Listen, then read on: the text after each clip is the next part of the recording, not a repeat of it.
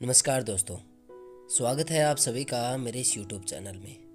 मैं मुकेश कुमार आज आपको ये कहानी सुनाने जा रहा हूँ जिसका शीर्षक है शादी के बाद भी पत्नी का बॉयफ्रेंड, मगर पत्नी को मिला एक सच्चा पति।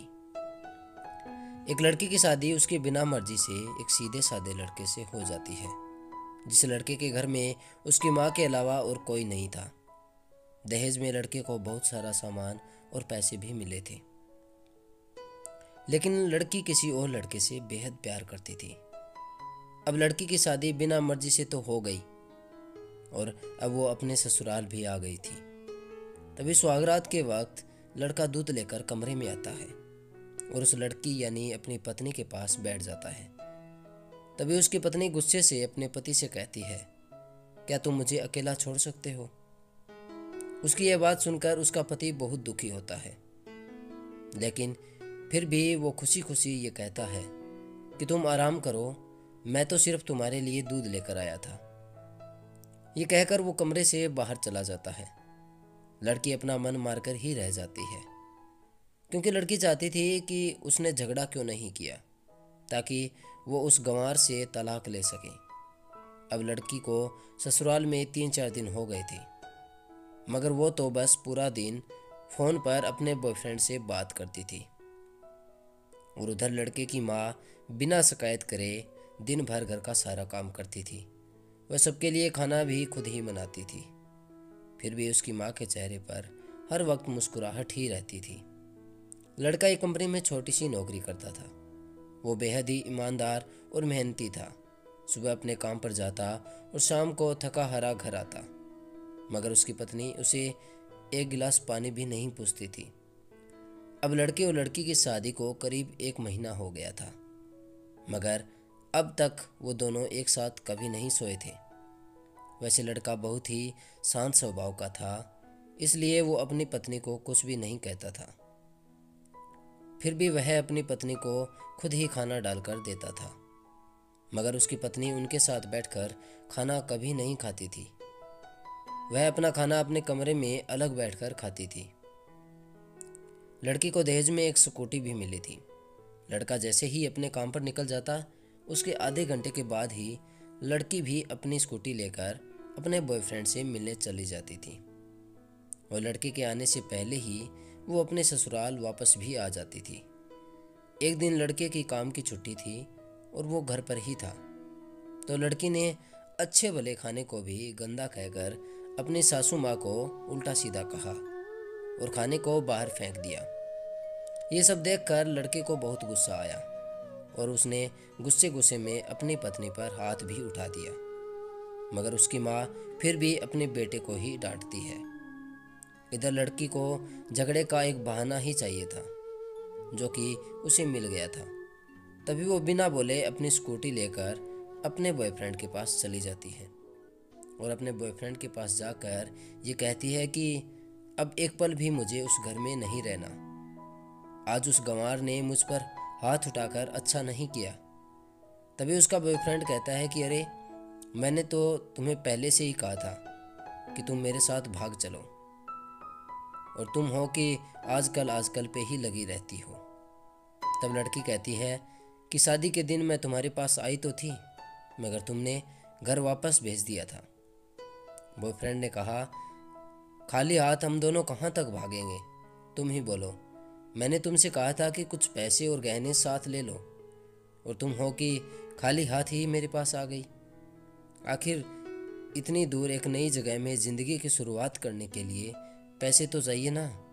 और हाँ, एक बात और, कि जब भी मैं तुम्हारे पास आता हूँ और तुम्हें छूना चाहता हूँ, तभी तुम्हारे नखरे हो जाते हैं और बस यही कहती रहती हो कि ये प्यार प्रेम शादी के बाद ही होगा।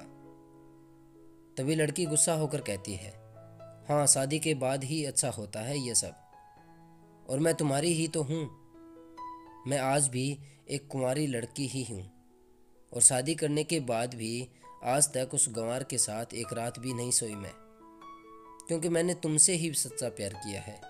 और अब मैं चाहती हूँ कि तुम मुझसे शादी करके मेरी मांग में अपने हाथों से सिंदूर भर दो, फिर मैं पूरी तरह से तुम्हारी हो जाऊंगी और फिर तुम मुझे अपनी मर्जी से दिन रात प्यार कर सकते हो। तब उसका बॉयफ्रेंड कहता है, अच्छा ठीक है, मैं तुमसे शादी कर लूँगा, मगर तुम कम से कम 5 लाख रुपयों का कल शाम तक इंतजाम कर लेना। मैं तुम्हें एक होटल का पता दे रहा हूँ, तुम उस होटल में रात को 10 बजे तक पहुँच जाना। लड़की कहती है, उस गंवार के पास कहाँ होगा इतना पैसा, बल्कि मेरे पापा ने उसे दहेज में 3 लाख रुपए और मुझे कुछ सोने के गहने दिए थे। कुछ गहने तो मेरे पास है, मगर सारे पैसे उस गंवार ने अलमारी में लॉक करके रखे हैं। मगर मैं जैसे तैसे उस अलमारी की चाबी लेकर सारे पैसे निकाल कर तुम्हारे पास हमेशा हमेशा के लिए आ जाऊंगी। ये कहकर वो लड़की अपने ससुराल पहुंचती है। लड़की ससुराल पहुंचकर अपने पति और सास से लड़ाई भी करती है और वो उन पर खूब चिल्लाती है, मगर अफसोस वह अकेली ही चिल्लाती रहती है। उसका पति और उसकी सास बिल्कुल शांत रहते हैं। तभी लड़की अपने कमरे में चली जाती है और अचानक उसके बॉयफ्रेंड का लड़की के फ़ोन पर मैसेज आता है कि कब आ रही हो पैसे लेकर। लड़की मैसेज का जवाब देती है, सब्र करो, मैं वक्त पर आ जाऊंगी। तभी उसका पति दरवाज़ा खटखटाता है और अपनी पत्नी से कहता है कि खाना खा लो। तभी पत्नी कहती है, मैं खाना तभी खाऊंगी, पहले मुझे इस अलमारी की चाबी दे दो।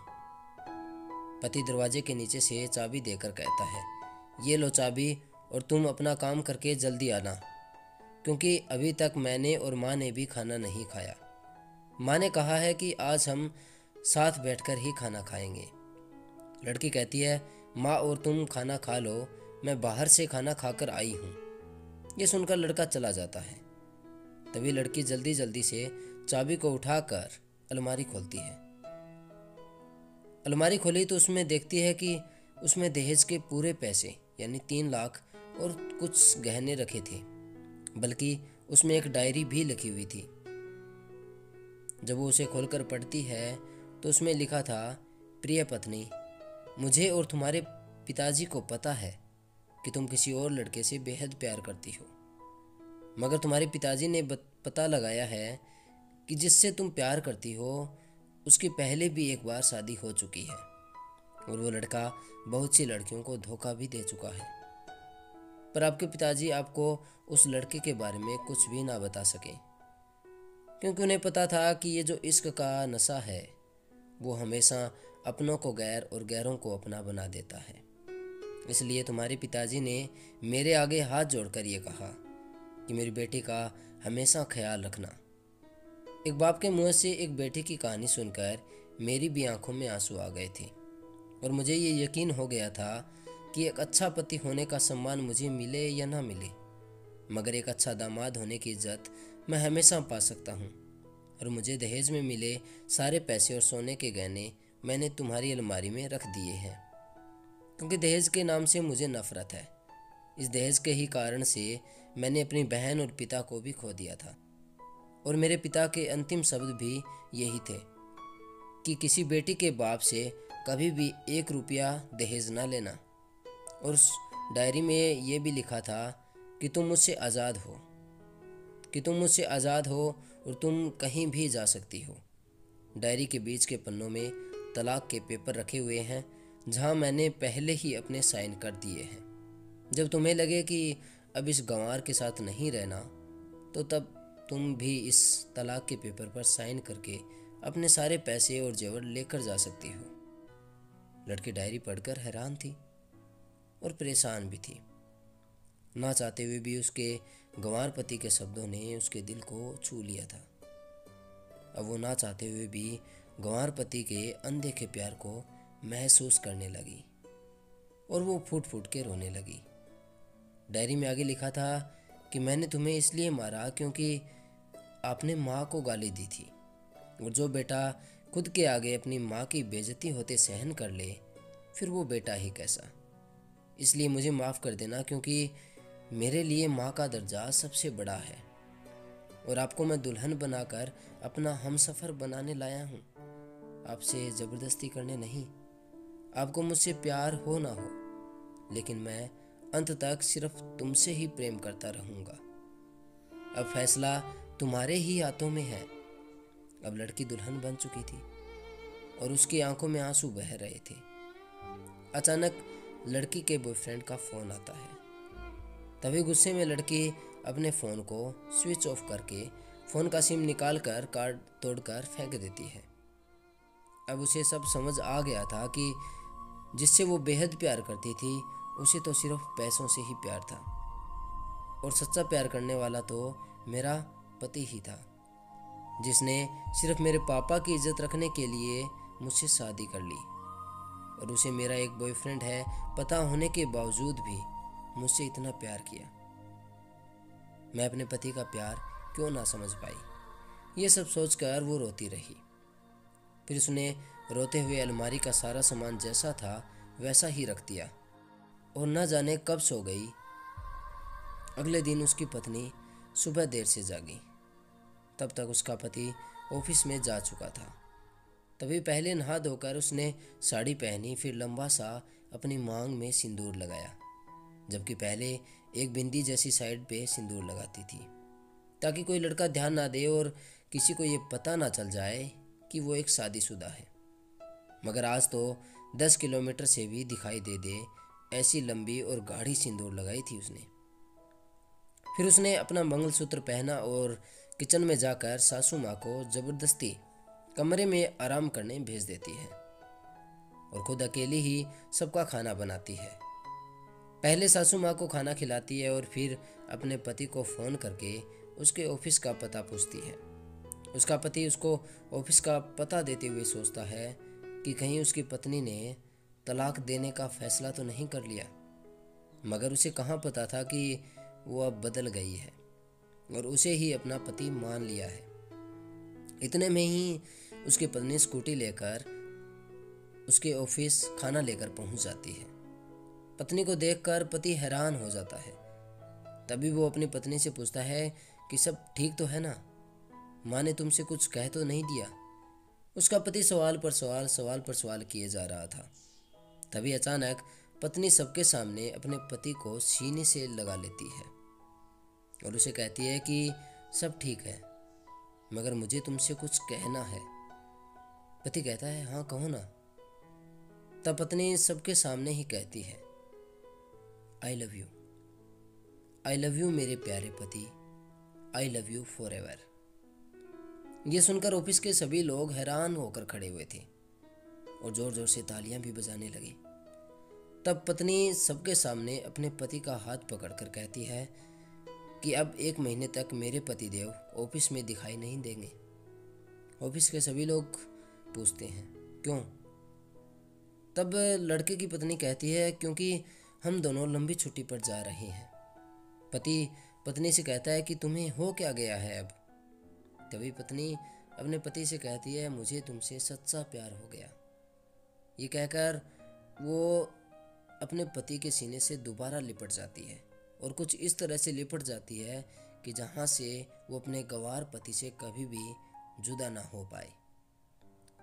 तभी उसका पति भी बहुत खुश हो जाता है और फिर वो दोनों अपने घर पर चले जाते हैं और खुशी खुशी अपना जीवन बिताते हैं और हमेशा खुश रहते हैं। तो दोस्तों, प्यार हमेशा उनसे करना चाहिए जो आपसे प्यार करता हो, आपकी भावनाओं को समझे, आपकी बातों को महत्व दे, जो आपके और आपके परिवार को इज्जत देता हो, आपके परिवार का मान सम्मान रखता हो। पैसों से प्यार करने वाला इंसान आपसे प्यार नहीं कर पाएगा क्योंकि उसे सिर्फ पैसों से प्यार है, आपसे नहीं। Thank you so much. अगली वीडियो में फिर मिलते हैं, तब तक के लिए अलविदा।